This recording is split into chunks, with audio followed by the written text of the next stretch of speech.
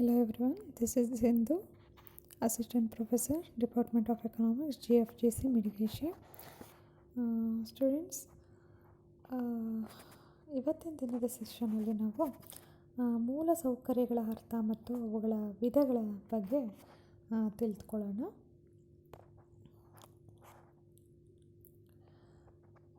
So ಏನು infrastructure ಅಂದರೆ, ಮೂಲ ಸೌಕರ್ಯಗಳು ಅಂದರೆ ಏನು?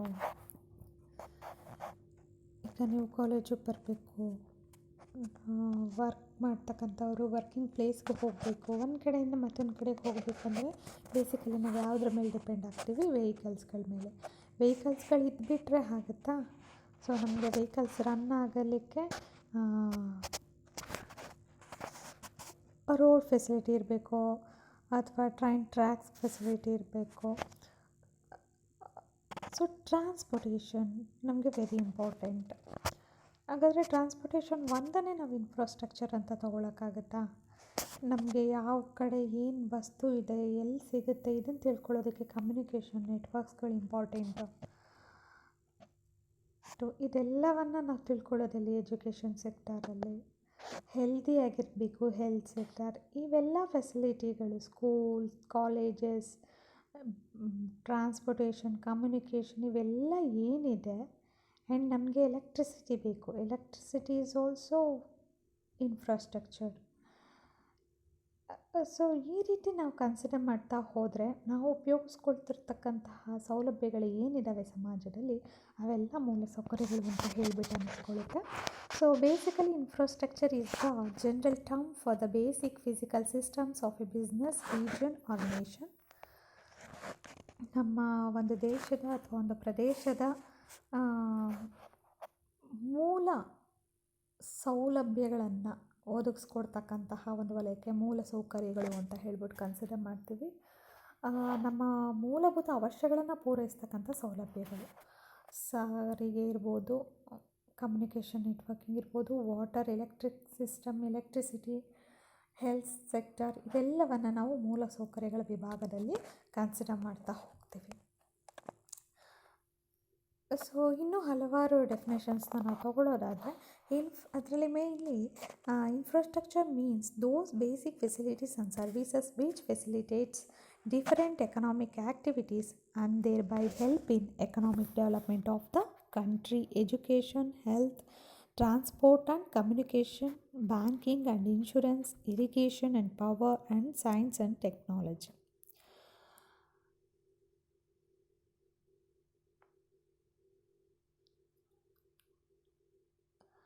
ಆರ್ಥಿಕ ಚಟುವಟಿಕೆಗಳು, ವಿವಿಧ ಆರ್ಥಿಕ ಚಟುವಟಿಕೆಗಳು ಸರಾಗವಾಗಿ ನಡೆಯೋದಕ್ಕೆ ಆ ದೇಶದ ಮೂಲಭೂತ ಸೌಲಭ್ಯಗಳು ಮತ್ತು ಸೇವೆಗಳನ್ನು ಒದಗಿಸ್ಕೊಡ್ತಕ್ಕಂಥದ್ದನ್ನು ನಾವು ಮೂಲ ಸೌಕರ್ಯಗಳು ಅಂತ ಹೇಳಿಬಿಟ್ಟು ಕನ್ಸಿಡರ್ ಮಾಡ್ಬೋದು. ನಾನು ಆಗಲೇ ಹೇಳ್ದಂಗೆ ಶಿಕ್ಷಣ, ಆರೋಗ್ಯ, ಸಾರಿಗೆ, ಸಂಪರ್ಕ, ಬ್ಯಾಂಕಿಂಗ್ ಕ್ಷೇತ್ರ, ಇನ್ಶೂರೆನ್ಸ್ ಕ್ಷೇತ್ರ, ನೀರಾವರಿ ಸೌಲಭ್ಯ, ಎಲೆಕ್ಟ್ರಿಸಿಟಿ, ವಿದ್ಯುತ್ ಶಕ್ತಿ, ವಿಜ್ಞಾನ, ತಂತ್ರಜ್ಞಾನ, ಇವೆಲ್ಲವೂ ಕೂಡ ಮೂಲ ಸೌಕರ್ಯಗಳಲ್ಲಿ ಬರ್ತಕ್ಕಂಥದ್ದನ್ನು ನಾವು ನೋಡ್ತಾ ಬರ್ಬೋದು. ಸೊ ಇದಿಷ್ಟು ಇನ್ಫ್ರಾಸ್ಟ್ರಕ್ಚರ್ ಮೀನಿಂಗ್, ಮೂಲ ಸೌಕರ್ಯಗಳ ಅರ್ಥ. ಮೂಲ ಸೌಕರ್ಯಗಳು ಅಂದರೆ ದೇಶದ ಆರ್ಥಿಕ ವ್ಯವಸ್ಥೆಯಲ್ಲಿ ಆರ್ಥಿಕ ಚಟುವಟಿಕೆಗಳು ಸರಾಗವಾಗಿ ಅನುಕೂಲ ಮಾಡಿಕೊಡ್ತಕ್ಕಂಥ ಸೌಲಭ್ಯಗಳು. ಟೈಪ್ಸ್ ಆಫ್ ಇನ್ಫ್ರಾಸ್ಟ್ರಕ್ಚರ್, ಮೂಲ ಸೌಕರ್ಯಗಳಲ್ಲಿನ ವಿಧಗಳು. ಬೇಸಿಕಲಿ ನಾವು ಫಿಸಿಕಲ್ ಇನ್ಫ್ರಾಸ್ಟ್ರಕ್ಚರ್, ಸೋಷಿಯಲ್ ಇನ್ಫ್ರಾಸ್ಟ್ರಕ್ಚರ್ ಅಂತ ಹೇಳಿ ಬೇರೆ ಬೇರೆ ಅಂಶಗಳ ಆಧಾರವಾಗಿಟ್ಕೊಂಡು ನಾವು ಮಾಡ್ತೀವಿ. ಇಲ್ಲಿ ನಾವು ಮೂಲ ಸೌಕರ್ಯಗಳನ್ನು ವಿಧಗಳಾಗಿ ವಿಂಗಡಿಸೋದಾದರೆ 2 ವಿಧಗಳಾಗಿ ವಿಂಗಡಿಸ್ತೀವಿ. ಒಂದು ಆರ್ಥಿಕ ಮೂಲ ಸೌಕರ್ಯ, ಮತ್ತೊಂದು ಸಾಮಾಜಿಕ ಮೂಲ ಸೌಕರ್ಯ. ಆರ್ಥಿಕ ಮೂಲ ಸೌಕರ್ಯಗಳಂದರೆ ಏನು? ಸಾಮಾಜಿಕ ಮೂಲ ಸೌಲಭ್ಯಗಳಂದರೆ ಏನು? ಆರ್ಥಿಕ ಮೂಲ ಸೌಲಭ್ಯಗಳು ಅಂತ ಬಂದಾಗ ನಮಗಲ್ಲಿ ಆದಾಯದ ಒಂದು ವೃದ್ಧಿ ಆಗ್ತಕ್ಕಂಥದ್ದು, ಆರ್ಥಿಕ ದೃಷ್ಟಿಕೋನವನ್ನು ಇಟ್ಟುಕೊಂಡು ಈ ಸೌಲಭ್ಯಗಳನ್ನು ಒದಗಿಸಿರ್ತಕ್ಕಂಥದ್ದನ್ನು ನಾವು ನೋಡ್ತಾ ಬರ್ಬೋದು. ಸೋಷಿಯಲ್ ಇನ್ಫ್ರಾಸ್ಟ್ರಕ್ಚರ್ ಅಂತ ಬಂದರೆ ಸಾಮಾಜಿಕ ಮೂಲ ಸೌಕರ್ಯಗಳು ಅಂತ ಹೇಳ್ಬಿಟ್ಟು ಬಂದಾಗ ಅವು ಸಾಮಾಜಿಕ ಮೌಲ್ಯವನ್ನು ಹೆಚ್ಚು ಮಾಡ್ತಕ್ಕಂಥ ಸೌಕರ್ಯಗಳು ಆಗಿರ್ತವೆ. ಸೊ ಎಕನಾಮಿಕ್ ಇನ್ಫ್ರಾಸ್ಟ್ರಕ್ಚರ್, ಆರ್ಥಿಕ ಮೂಲ ಸೌಕರ್ಯಗಳಲ್ಲಿ ಬೇಸಿಕಲಿ ನಾವು ಕನ್ಸಿಡರ್ ಮಾಡೋದು ಇರಿಗೇಷನ್ ಆ್ಯಂಡ್ ಪವರ್, ವಿದ್ಯುತ್ ಶಕ್ತಿ ಮತ್ತು ನೀರಾವರಿ ಸೌಲಭ್ಯವನ್ನು ಕನ್ಸಿಡರ್ ಮಾಡ್ತೀವಿ. ಅಗೇನ್ ಟ್ರಾನ್ಸ್ಪೋರ್ಟೇಷನ್, ನಮ್ಗೆ ಅದರಿಂದ ಇನ್ಕಮ್ ಅರ್ನಿಂಗ್ ಆಗ್ತಕ್ಕಂಥದ್ದು ಗೊತ್ತೇ ಇದೆ ನಿಮಗೆ. ಕಮ್ಯುನಿಕೇಷನ್, ಸಂಪರ್ಕ ವ್ಯವಸ್ಥೆ ಇವೆಲ್ಲವೂ ಕೂಡ ಆರ್ಥಿಕ ಮೂಲ ಸೌಲಭ್ಯಗಳಲ್ಲಿ ಬರ್ತವೆ. ಸೋಷಿಯಲ್ ಇನ್ಫ್ರಾಸ್ಟ್ರಕ್ಚರ್, ಸಾಮಾಜಿಕ ಮೂಲ ಸೌಕರ್ಯಗಳು ಯಾವುವು ಅಂತ ಹೇಳಿದರೆ ಶಿಕ್ಷಣ, ಆರೋಗ್ಯ, ನೈರ್ಮಲ್ಯ, ಕುಡಿಯುವ ನೀರಿನ ಪೂರೈಕೆ, ವಸತಿಯನ್ನು ಪೂರೈಕೆ ಮಾಡ್ತಕ್ಕಂಥದ್ದು ಇವೆಲ್ಲ ಸಾಮಾಜಿಕ ಮೌಲ್ಯವನ್ನು ಹೆಚ್ಚು ಮಾಡ್ತಕ್ಕಂತಹ ಸೌಕರ್ಯಗಳು. ಸೊ ಅದೇ ಈ ಇದರಲ್ಲಿ ಡಿಸ್ಕಸ್ ಮಾಡಿದ್ದೇನೆ. ನಾವಿಲ್ಲಿ ಡೆಫಿನೇಷನಲ್ಲಿ ತೊಗೊಳ್ಳೋದಾದರೆ, social infrastructure which includes schools, affordable housing and hospitals. Economic infrastructure which includes roads, communication, sewage, water, airports and power. ಆರ್ಥಿಕ ದೃಷ್ಟಿಕೋನದಿಂದ ಇರ್ತಕ್ಕಂಥ ಆರ್ಥಿಕ ಮೂಲ ಸೌಲಭ್ಯಗಳು ರಸ್ತೆಗಳು, ಕಮ್ಯುನಿಕೇಷನ್ ಸಂಪರ್ಕ, ವಾಟರ್, ಏರ್ಪೋರ್ಟ್ಸ್ ವಾಯು ಸಾರಿಗೆ, ವಿಮಾನ ನಿಲ್ದಾಣಗಳು, ಎಲೆಕ್ಟ್ರಿಸಿಟಿ ವಿದ್ಯುತ್ ಶಕ್ತಿ ಇವೆಲ್ಲವೂ ಬರ್ತವೆ.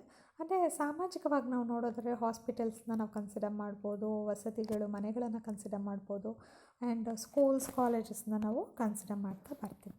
So finally social infrastructure means those basic activities and services which in addition to achieving certain social objectives indirectly help various economic activities. For example, education, health, service, sanitation and water supply. So these are the some example of social infrastructure. So same examples ನಾವು ತಗೊಳ್ಬೇಕಾಗತ್ತೆ. That is ಇವನ್ನ ನಾವು ಮೂಲಭೂತ ಚಟುವಟಿಕೆಗಳು ಅಥವಾ ಮೂಲಭೂತ ಸೇವೆಗಳು ಅಂತ consider ಮಾಡ್ತೀವಿ. ಹಾಗೆಯೇ ಸಾಮಾಜಿಕ ಉದ್ದೇಶಗಳನ್ನ ಈಡೇರಿಸ್ತಕ್ಕಂತಹ ಸೌಲಭ್ಯಗಳು, ಸಾಮಾಜಿಕ ಒಂದು ಮೌಲ್ಯವನ್ನು ಹೆಚ್ಚು ಮಾಡ್ತಕ್ಕಂತಹ ಸೌಕರ್ಯಗಳು. ಇವು ಆರ್ಥಿಕ ಚಟುವಟಿಕೆಗಳನ್ನು, ವಿವಿಧ ಆರ್ಥಿಕ ಚಟುವಟಿಕೆಗಳನ್ನು ಜನ್ರೇಟ್ ಮಾಡೋದಕ್ಕೆ ಇಂಡೈರೆಕ್ಟ್ಲಿ ಕಾಂಟ್ರಿಬ್ಯೂಟ್ ಮಾಡ್ತಾ ಬರ್ತಾರೆ. ಸೊ ಇದರಲ್ಲಿ ಕೆಲವೊಂದು ಎಕ್ಸಾಂಪಲ್ಸ್ಗಳಿದ್ದಾವೆ, ಸೆಕ್ಟಾರಲ್ ವೈಸ್ ಏನೇನು ಪ್ರೊವೈಡ್ ಮಾಡ್ಬೋದು ಅಂತ ಹೇಳಿಬಿಟ್ಟು. ಫಸ್ಟ್ಲಿ ಹೆಲ್ತ್, ಆರೋಗ್ಯಕ್ಕೆ ಸಂಬಂಧಪಟ್ಟಂತೆ ಮೆಡಿಕಲ್ ಫೆಸಿಲಿಟೀಸ್ಗಳು ಬೇಕು.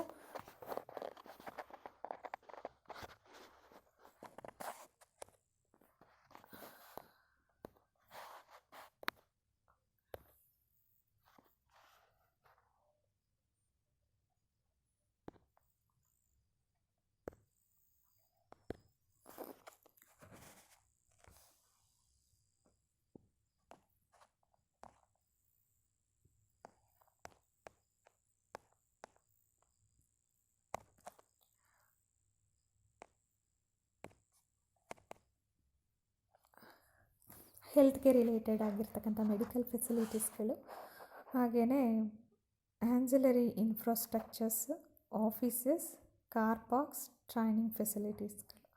ಸೊ ಹೆಲ್ತ್ಗೆ ರಿಲೇಟೆಡ್ ಆಗಿರ್ತಕ್ಕಂಥದ್ದು hospitals, nursing, training means nursing, medical institutions, research institutions ಇವೆಲ್ಲವೂ ಯಥೇಚ್ಛ ಪ್ರಮಾಣದಲ್ಲಿ ಇರಬೇಕಾಗತ್ತೆ. ಎಜುಕೇಷನ್ ಅಂತ ಬಂದಾಗ schools in primary and secondary stage, tertiary facilities ಕೂಡ ಇಲ್ಲಿ ಬರುತ್ತೆ. Residential student accommodation, colleges, universities ಇದೆಲ್ಲ ಎಜುಕೇಷನ್ ಪರ್ಪಸಲ್ಲಿ ಬರ್ತಕ್ಕಂತಹ ಇನ್ಫ್ರಾಸ್ಟ್ರಕ್ಚರ್ಸ್. ಹೌಸಿಂಗ್, ಡೆಫಿನೆಟ್ಲಿ ನಮಗೆ ಇಲ್ಲಿ ಕೌನ್ಸಿಲ್ ಹೌಸಿಂಗ್ಸ್ಗಳು ಬರ್ತವೆ, ಡಿಫೆನ್ಸ್ ಫೋರ್ಸ್ ಹೌಸಿಂಗ್ ಬರುತ್ತೆ, ರಕ್ಷಣಾ ಪಡೆಯ ಒಂದು housing. Civic and utilities, community and sport ಫೆಸಿಲಿಟೀಸ್ನ ಪ್ರೊವೈಡ್ ಮಾಡ್ತಾರೆ. ಇದರಲ್ಲಿ ಲೋಕಲ್ ಗೌರ್ಮೆಂಟ್ ಫೆಸಿಲಿಟೀಸ್ನ ಪ್ರೊವೈಡ್ ಮಾಡ್ತಾರೆ, ಲೋಕಲ್ ಬಾಡೀಸ್, ಪ್ರಾದೇಶಿಕ ಸಂಸ್ಥೆಗಳು. Water and waste water treatment, so ನೀರು ಮತ್ತು ನೀರನ್ನು ವೇಸ್ಟ್ ಆಗಿರ್ತಕ್ಕಂತಹ ನೀರನ್ನು ನಾವು ಮತ್ತೆ ಪುನರ್ಬಳಕೆಗೆ ಅವಕಾಶ ಮಾಡಿಕೊಡ್ತಕ್ಕಂಥದ್ದು. ಟ್ರಾನ್ಸ್ಪೋರ್ಟಲ್ಲಿ ನಾವು ಬಸ್ ಸ್ಟೇಷನ್ಸ್ನ ಮಾಡಬೇಕಾದ್ರೆ ಪಾರ್ಕ್ಸ್ಗಳು, ರೈಡ್ಸ್, ರೋಡ್ ಮಾಡಬೇಕಾಗತ್ತೆ. Corrections and justice, so of course prisons, ಜೈಲುಗಳು, ಕೋರ್ಟ್ ಹೌಸಸ್ ಇವೆಲ್ಲವೂ ಕೂಡ ಇದರಲ್ಲಿ ಬರ್ತಕ್ಕಂಥ some examples. And economic infrastructure is the basic facility which directly benefit the process of production and distribution in an economy. Roads, railways, telecommunication systems, waterways, airways, financial institutions, electricity, water supply. So these are the examples of economic infrastructure. ನಮಗೆ train facility ಇರ್ಬೋದು, electricity ಇರ್ಬೋದು, road facility ಇರ್ಬೋದು, telecommunication facility ಇರ್ಬೋದು, ಇದೆಲ್ಲ ನಮಗೆ economic infrastructure ಬರ್ತಕ್ಕಂಥದ್ದನ್ನು ನಾವು ನೋಡ್ತಾ ಬರ್ತೀವಿ. Okay, thank you.